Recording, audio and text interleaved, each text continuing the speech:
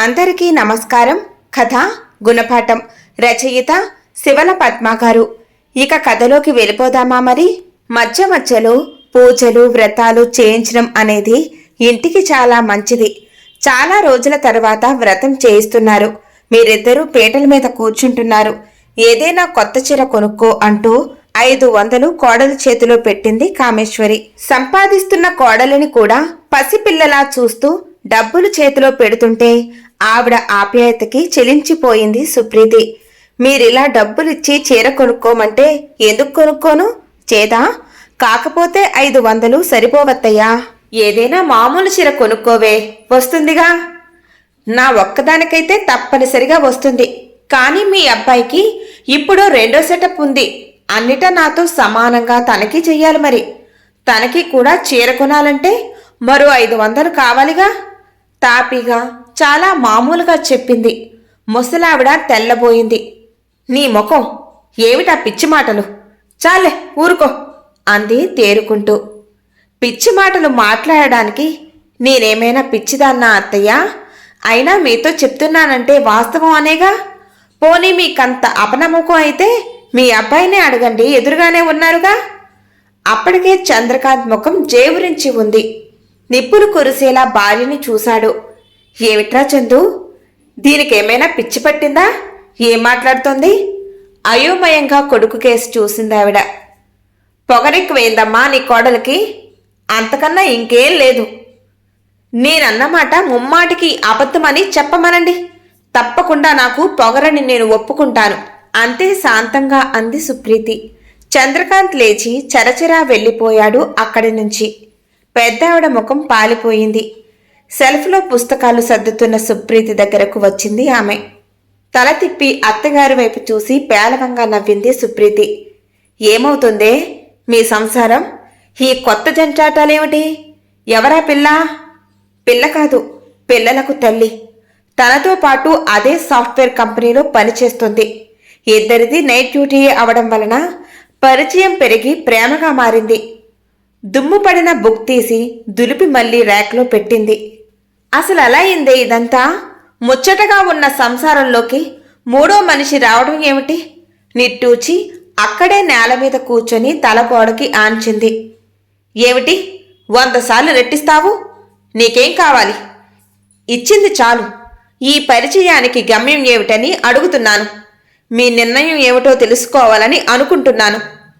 నువ్వు కుళ్ళిపోయి కుములిపోయేందుకు ఏమీ లేదిక్కడ. మేము జస్ట్ ఫ్రెండ్స్. ఆ ఫ్రెండ్షిప్లో పవిత్రత ఏమిటో నాకు తెలిసాకే అడుగుతున్నాను. పోనీ నేనేం చేస్తే బాగుంటుంది? ఏం చేస్తావు? అందరూ ఆడవాళ్ళలాగే సంసారం చేస్తావు. ఇందులో పెద్ద రాద్ధాంతం చేసేందుకేముంది? రక్తం సలసలా మరిగింది సుప్రీతిలో. ఎంత ధీమా, ఎంత నిర్భయం! ఏం చేస్తావు? అందరూ ఆడవాళ్ళలాగే సంసారం చేస్తావు. అందరూ ఆడవాళ్ళలాగే, అందరూ ఆడవాళ్ళలాగే. కళ్ళు నిప్పు కనికల్లా మారాయి. అంటే మీ మానాన మీరు ఎవరితో సంబంధాలు పెట్టుకున్నా నేను ఏమీ చెయ్యలేనా? మారు మాట్లాడకుండా సంసారం చేస్తాను అంతేగా? వెల్లువవుతున్న ఆవేశాన్ని కంట్రోల్ చేసుకుంటూ అడిగింది. ఎవరైనా అదే చేస్తారు. మగాడన్నాక ఆకర్షణలుంటాయి, పరిచయాలు ఉండవచ్చు.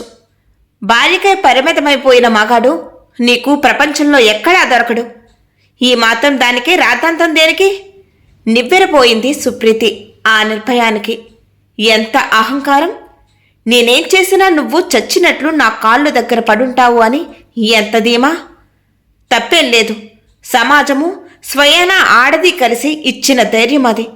ఈరోజు ఎక్కడికి పోతుంది? మరి నేను మరో మగాడితో సంబంధం పెట్టుకున్నా మీరు చచ్చినట్లు నాతో సంసారం చేస్తారా? సూటిగా అడిగింది. బరి తెగించిన ఆడదాన్ని భరించాల్సిన అవసరం లేదు. మరి మాట తప్పిన మగాడిని ఎందుకు భరించాలి? భరించకేం చేస్తారు? సంసారాలు వదిలేస్తారా? బయటకు వెళితే మీకు దిక్కెవరు? సంపాదన ఉన్నంత మాత్రాన గౌరవం ఉంటుందా? ప్రతివాడు రాత్రిపూట తలుపు తడతాడు. అది మీకు దొరికే గౌరవం. దీర్ఘంగా ఆలోచిస్తూ కొద్ది క్షణాలు మౌనంగా ఉంది సుప్రీతి. చందు, చాలా చూశాను నీ అహంకారాన్ని. ఎంతసేపు నేను నిన్ను మాట్లాడించింది? నువ్వేమిటో తెలియడానికి, అంతే తప్ప నేనేం చేయాలో తెలుసుకోవడానికి కాదు. నీకు నేను రెండే ఆప్షన్స్ ఇస్తున్నాను. ఒకటి, పిచ్చి పిచ్చి సంబంధాలు వదులుచుకొని నాతో సంసారం చేయడం. రెండు, నువ్వు ఉంచుకున్నదే నీకు ముఖ్యమైతే వెంటనే ఇంట్లోంచి వెళ్ళిపో. ఈ ఇంట్లో ఉండడానికి వీలు లేదు. కన్నీళ్లు ఒత్తుకుంటూ పరమ పతివ్రతలా నీకు సేవ చేస్తానని అనుకోవద్దు. పళ్ళు రాలగొడతాను పిచ్చి పిచ్చి వేషాలేస్తే. ఇద్దరు ఆడవాళ్ళని మేనేజ్ చేయడం నీకు ముచ్చటగానే ఉండవచ్చు. ప్రతి అడ్డమైన దాంతోనూ నిన్ను పంచుకునేటంత సహనం నాకు లేదు. అవసరం అంతకన్నా లేదు. సో వెంటనే నువ్వు ఇంట్లోంచి వెళ్ళిపో. ఆడిది తప్పు చేస్తే మీరిదేగా అంటారు. అందుకనే అదే న్యాయం మీకు కూడా. మరో విషయం, మనం కలిసి ఉండము. నేను నీకు విడాకులు ఇవ్వను. ఇంటి ఖర్చులు, పిల్లల ఖర్చులు, కారు డ్రైవర్ శాలరీ, ఈ మొత్తానికి అయ్యే అమౌంట్ ప్రతి నెల ఫస్ట్కి బ్యాంక్లో డిపాజిట్ కావాలి. దానికి తగిన ఏర్పాటు చేయి. ఈ పద్ధతి ఎందుకంటే ప్రతి అడ్డగాడిద ఓ పిల్లనో పెళ్లాడినో కనేసి వాళ్ళని పెళ్ళాన్నెత్తిన వదిలేసి వాడి సరదాలు వాడు వెతుక్కోవడం ఇప్పుడొక అలవాటుగా మారింది. ఈ ఇల్లాలు తన దురదృష్టాన్ని నిందించుకుంటూ శేష జీవితాన్ని వారిని పెంచడంలో గడిపేస్తుంది. కూలీ నాలి చేసైనా సరే వారిని పోషిస్తుంది. ఇప్పటి వరకు ఇదే అవుతుంది. నేనంత చేతకాన్ని దాన్ని కాదు. అందుకే ముందుగా హెచ్చరిస్తున్నాను. ఏమిటి బెదిరిస్తున్నావు? తెగ రెచ్చిపోతున్నావు? ఈ పలాన నిన్ను మెడపెట్టి రోడ్డు మీదకి గంటేస్తే ఏం చేయగలవు? ఏం చేయగలవే? కల్లెర చేసి ఉరిమాడు చంద్రకాంత్. నువ్వలా చెయ్యలేవురా. ఎందుకంటే అలా చేసిన 24 గంటల్లోగా నువ్వు కటకటాల వెనుక ఉంటావు. చట్టం కూడా ఈ మాత్రం ఆడదానికి సహకరించకపోయి ఉంటే ఈ పాటికి నీలాంటి మొగుళ్ళు దొరికిన సగం మంది ఇల్లాలు రోడ్ల మీదే ఉండేవారు. కానీ మీకు అవకాశం లేదు చంద్రకాంత్. మనం చదువు సంస్కారం ఉన్నవాళ్ళం. వాళ్ళలాగే మాట్లాడుకుందాం. నేను నా జీవితంలో ఏ క్షణము రాజీపడి బ్రతకను. అంతకన్నా నీకున్న సంబంధాల్లో నేనొక దాన్ని అవటం సహించను. మన మధ్య సంబంధం బాగున్నంత కాలమే నేను తాలికి విలువనిస్తాను. అది లేని నాడు నా దృష్టిలో దానికి ఎలాంటి విలువ లేదు. పూర్తి కమిట్మెంట్తో నేనెలా ఉన్నానో నువ్వు అలాగే ఉండాలి. ఇది ఏమాత్రం తప్పినా నీతో జీవితం నాకు అవసరం లేదు. తప్పు నువ్వు చేసావు కనుక నువ్వే ఇంట్లోంచి వెళ్ళాలి. నిర్ణయం నువ్వు తీసుకునే అవకాశం లేదు. ఏం చూసుకొని నీకీ అహంకారం? మొగుడిని ఇంట్లో నుంచి వెళ్ళగొడతావా? మొగుడు మొగుడిలా కాక కేవలం మగాడిలా ప్రవర్తిస్తే తప్పదు. నేను వెళ్ళను, దాన్ని వదలను. ఏం చేస్తావో చేసుకో నిర్లక్ష్యంగా అన్నాడు. తదేకంగా కొద్ది క్షణాలు అతని వైపు చూసింది. చేసి చూపిస్తాను పదునుగా అంది. నిర్ఘాంతపోయింది సుప్రీతి అత్తగారు. ఏమిటే ఇదంతా ప్రీతి? నువ్వెంతో జ్ఞానం ఉన్న బుద్ధివంతురాలు కదే. ఈ సవాళ్ళేమిటి? పాడయ్యేది ఎవరి సంసారమే తల్లి? అంటే ఇది కేవలం నా సంసారమేనా? సంసారం అనేది ఆడదానికేనే, మగవాడికి కాదు. దీన్ని మనమే కాపాడుకోవాలి. ఒడిదుడుకులు వస్తాయి. ఓర్పుగా సహనంగా మనమే చక్కదిద్దుకోవాలి. సవాళ్ళు, ప్రతి సవాళ్లతో ఏం సాధిస్తారు? నా బంగారు తల్లివిగా కొంచెం మంచిగా దారికి తెచ్చుకో అమ్మా. ప్రేమతో గెలుచుకో. అంతేగాని పంతంతో పరిష్కారం దొరకదే తల్లి ప్రాధేయతగా అంది. అంటే నన్నిప్పుడేం చేయమని మీ ఉద్దేశం? శాంతంగా అడిగింది సుప్రీతి. కోపం తగ్గించుకో, కొంచెం మెత్తపడు. ప్రేమగా దగ్గర కూర్చొని లాలించి తను చేస్తున్నది తప్పని చెప్పు. తప్పకుండా మారతాడు. షాక్, ఆవేశం, కోపం, అవమానం, బాధ, విరక్తి ఇవేవీ కాని వీటికి అతీతమైన ఒక ఫీలింగ్ కలిగింది ఆ మాట వినగానే సుప్రీతికి. అసలు ఆ మాటకి ఎలా రియాక్ట్ అవ్వాలో అర్థం కానంత స్తబ్దుగా అయిపోయింది మెదడు. కూల్ ప్రీతి, కూల్. ఇది తరతరాలుగా, యుగ యుగాలుగా వారికి తెలిసిన పరిష్కారం. ముందు నువ్వు మాట్లాడుతున్న వ్యక్తిని, వ్యక్తిత్వాన్ని గుర్తించు. వారి దృష్టిలో అదే సరైనది. అలా అని 100 ఏళ్ల నుంచి వారిని నూరిపోస్తున్నారు కనుక మరో రకమైన స్పందన ఆశించకు. రియాక్ట్ అవ్వకు. విను అంతే. అంతరాత్మ చెప్పింది. ఇందాక చెప్పినట్లు విరక్తి కన్నా అతీతమైన భావనతో అత్తగారి వైపు చూసింది సుప్రీతి. తను నా అస్తిత్వాన్ని, వ్యక్తిత్వాన్ని, స్త్రీత్వాన్ని అన్నిటినీ అవమానపరిచి మరో ఆడదానితో సంబంధం పెట్టుకుంటే నేను ఆ అవమానాన్ని దిగమింగి ప్రేమగా లాలించాలా? ఎందుకత్తయ్యా నేనంత దిగజారాలి? నిర్వేదంగా అడిగింది. మగవాళ్ళంటే అంతేనే, మీకు అనుభవం లేదు కనుక చిందులు తొక్కుతున్నారు. కానీ భోగం వాళ్ళతో గడిపి ఇంటికి వస్తే మా అత్తగారు స్నానానికి నీళ్లు కాచి ఉంచేది. మళ్ళీ రాత్రవగానే ఆయన వెంట పడగదిలోకి వెళ్లాల్సిందే. ఇలా చిందులు తొక్కితే ఏం సంసారాలు చేసేవాళ్ళు? వందల కొలది తేళ్లు చెర్రులను తెచ్చి ఒంటి మీద వదిలినట్లయింది ఆమెకి. ఆమెను ఒక్క ప్రశ్న వేసినా తను పిచ్చెక్కిపోవడం ఖాయం. అందుకే మౌనం వహించింది సుప్రీతి. నా మాట విను ప్రీతి, దీన్ని గొడవ చేయకు. కొద్ది రోజులు సహనం వహించు. వాడే దారిలోకి వస్తాడు. సంసారాన్ని పాడు చేసుకోకు. సుప్రీతి ముందుకు వంగి అత్తగారి 2 పాదాలను చేతులతో పట్టుకుంది. నన్ను క్షమించండి అత్తయ్యా. ఈ ఒక్కసారి మీ తరం పరిష్కారాన్ని వదిలి నా తరం పరిష్కారాన్ని ఇవ్వనివ్వండి. ఈ సంసారం నా ఒక్కదానిదే కాదు కనుక కాపాడుకోవాల్సిన బాధ్యత ఇద్దరికీ ఉంది. నా పద్ధతిలో ఒక్కసారి నన్ను బుద్ధి చెప్పనివ్వండి. పరువు పోతుందే. పరువు పోయే పని మొగుడు చేస్తే దాన్ని పెళ్ళాం కాపాడాలా? నేనెందుకు కాపాడాలి చెప్పండి? ఏం పొందుతానని నేను పరువు కాపాడాలి? తను నన్ను అవమానించి మరో ఆడదానితో వెళితే బయటపడితే పరువు పోతుందని కన్నీళ్లతో అవమానాన్ని దిగమింగి తన పరువు నేను కాపాడాలా? ఇలా మీరంతా కాపాడబట్టే కదా వాళ్ళంతా నిర్లజ్జగా నిర్భయంగా అందరితో తిరిగి ఇంటికి వచ్చేవారు. అలా కాపాడినందుకు మీకేం వచ్చింది? ఏనాడైనా ప్రేమ గౌరవం పొందారా? పని మనిషిలాగే కదా బ్రతికింది. ఆ బ్రతుకు కోసమేనా ఈ అవమానాలను దిగమింగడం? అదే దారిలో నన్ను కూడా ఎందుకత్తయ్యా నడవమంటున్నారు?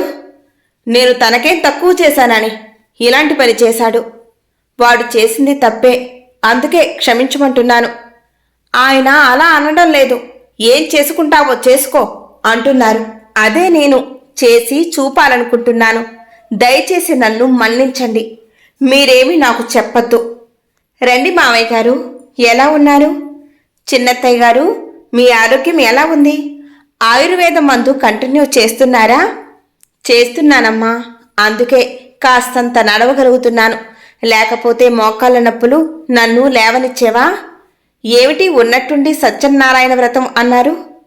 ఊరికేనా లేక ఏమైనా విశేషమా? విశేషమంటే విశేషమే. మా ఆయన ఉంచుకున్న అమ్మాయిని మన కుటుంబంలో వారందరికీ పరిచయం చేద్దామని. ఇంకా సేపట్లో వస్తుంది, చూద్దురు కాని. చంద్రకాంత్ ముఖం నల్లగా మాడిపోయింది. చంద్రకాంత్ బాబాయి పిన్ని అయోమయంగా ఒకరి ముఖం ఒకరు చూసుకున్నారు. చంద్రకాంత్ తల్లి నుదురు కొట్టుకుంటూ అక్కడి నుంచి వెళ్ళిపోయింది. అలా తెల్లబోతారే మావయ్య గారు? మీ అబ్బాయికి నేను సరిపోక మరో కొత్త అమ్మాయిని మెయింటైన్ చేస్తున్నాడు. తను కూడా ఈయన దృష్టిలో నాతో సమానమే కనుక మరి మీరంతా తనని చూడాలి కదూ. అందుకనే ఈ చిన్న గెట్ టుగెదర్ అన్నమాట. చంద్రకాంత్ పళ్ళు కొరుకుతూ మింగేసేలా సుప్రీతిని చూశాడు. ఇది అతడు ఊహించని పెద్ద దెబ్బ. సాధారణంగా పడగదిలో ఏడ్చి రాద్ధాంతం చేసి బయటకు వచ్చే ముందు కళ్ళు ముఖం కడుక్కుని మామూలుగా ఉంటుందని ధీమాగా ఉన్న అతడు ఒక్కసారి ఈ పరిణామానికి తలక్రిందులయ్యాడు. ఉక్రోషం, అవమానం అతడిని చుట్టుముట్టాయి. సుప్రీతిని గదిలోనికి తీసుకువెళ్లి బెల్ట్తో చావగొట్టాలనంత కోపం వచ్చింది. పెద్దవాళ్ళందరూ ఏమనుకున్నారో గాని ఏం మాట్లాడకుండా లోపలికి వెళ్ళిపోయారు. ఏమిటక్కా ఆ గులాబీ రంగు చీర? అది మా ఆయన గర్ల్ ఫ్రెండ్ కోసం కొన్నది. ఈ రంగు తనకి నప్పుతుందిలే. వదినా, కొబ్బరికాయ తురవమని ఇచ్చాను, అయిపోయిందా? నా సవతికి సాంబార్లో కొబ్బరికాయ కూరి వేస్తే చాలా ఇష్టమట. ఆ పని కానివ్వు. మావయ్య గారు, హాల్లో ఉన్న సీలింగ్ ఫ్యాన్ మాటిమాటికి ఆగిపోతుంది. ఒక్కసారి ఎలక్ట్రీషియన్ పిలిచి రిపేర్ చేయించండి. తన ప్రియురాలిని ఒక్కలో కూర్చోబెడితే మీ అబ్బాయికి కోపం వస్తుంది. చంద్రకాంత్ తల పట్టుకుని సోఫాలో కూలబడ్డాడు. సుప్రీతి అత్తగారు లోపల నుంచి వచ్చి కోడలు చేతులు పట్టుకుంది. అయిందేదో అయింది, ఇంకా ఆపేయమ్మా.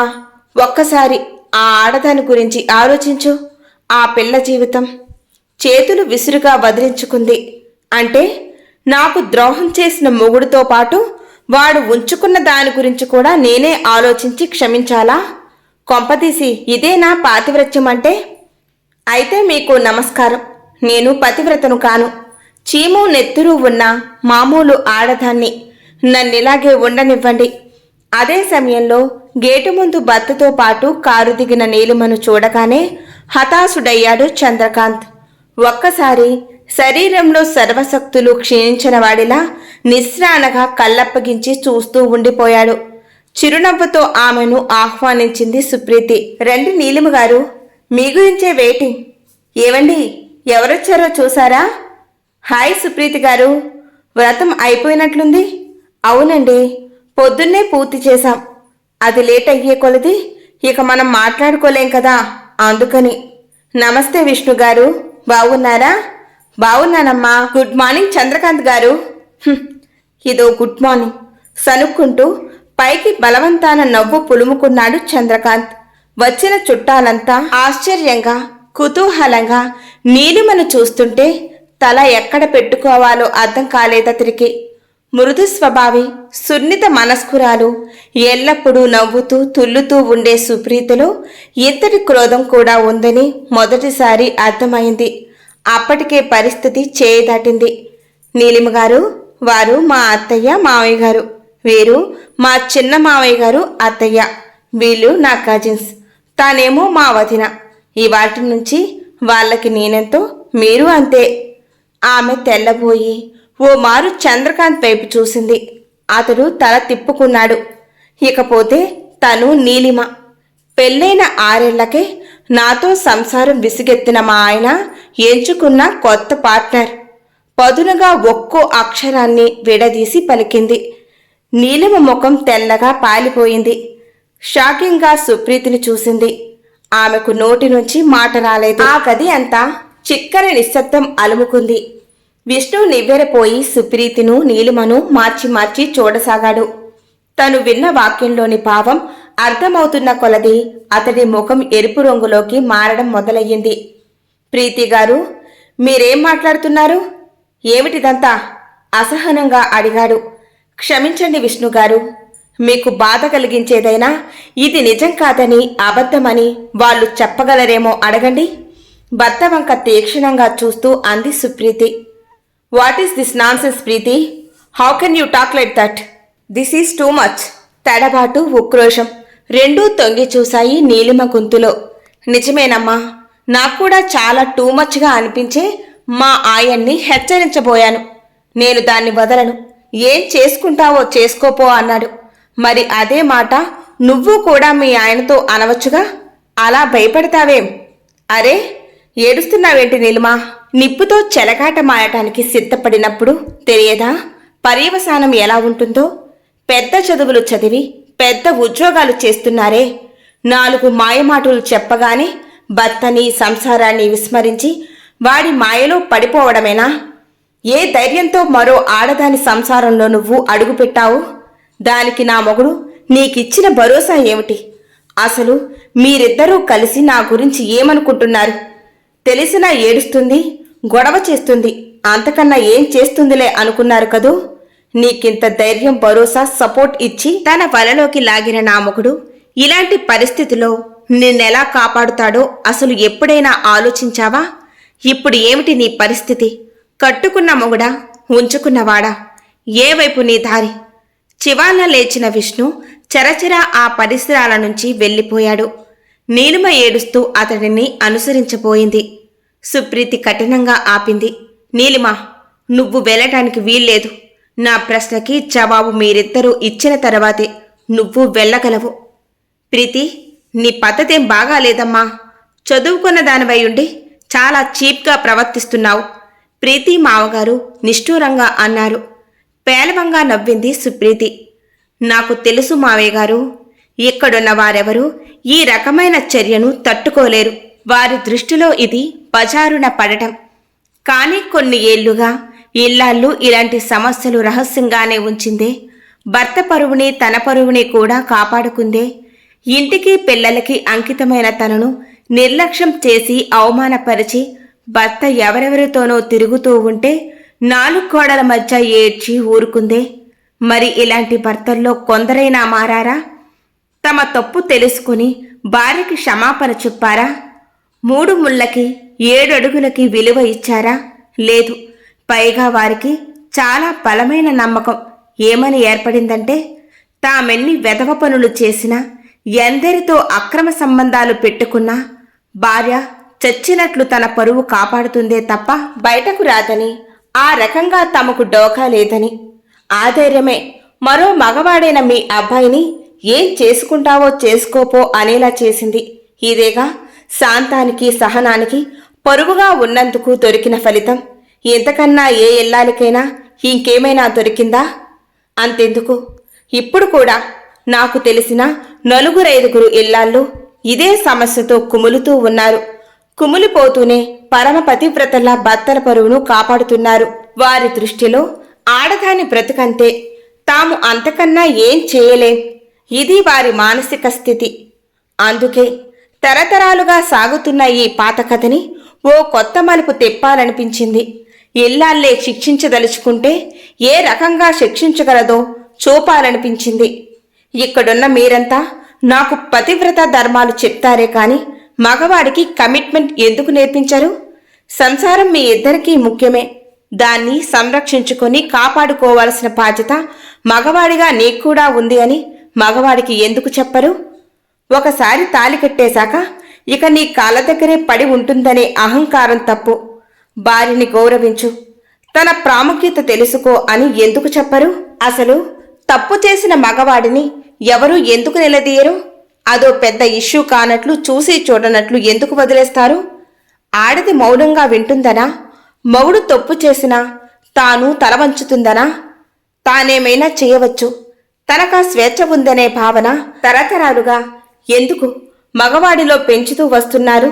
ఇప్పుడు కూడా నా మొగుడు ఇంత నమ్మక ద్రోహం చేస్తే దగ్గర కూర్చొని ప్రేమగా లాలించి మార్చుకోమని చెప్పింది నా అత్తగారు. అదే పని నేను చేస్తే కొడుక్కి అదే సలహా ఇచ్చి ఉండేదా? నీకేం పోయే కాలమే అని అడిగి ఉండేది నన్ను. ఏవమ్మా నీలిమా, చూస్తున్నావుగా మీరు చేసిన పనికి పర్యవసానం ఏమిటో. నువ్వు కాని నా మొగుడు కాని పెళ్లి చేసుకున్నప్పుడు కళ్ళు మూసుకొని చేసుకున్నారా? ఇష్టపడేగా చేసుకున్నారు. మరి ఆయనకి భార్య మీద, నీకు మొగుడు మీద ఇంత విరక్తి ఎందుకు వచ్చింది? ఐటీ ఉద్యోగాల పేరుతో కలిసి పనిచేసే ప్రతి చోట బాధ్యతలు మరిచి ప్రేమాయణాలు సాగిస్తే దాని ముగింపు ఎలా ఉంటుందనుకుంటున్నారు? ఇలానే ఉంటుంది. ఆకర్షణలు ఆడా మగకి సమానమైన దాని ఫలితాలు ఇరువురి జీవితాల్లో చాలా వేరుగా ఉంటాయి. ఇద్దరూ ఒకే తప్పు చేశారు. ఈయన నా ఇష్టం అన్నాడు, నువ్వెళ్ళి ఆయన కాళ్ళ మీద పడతావు. అది తేడా.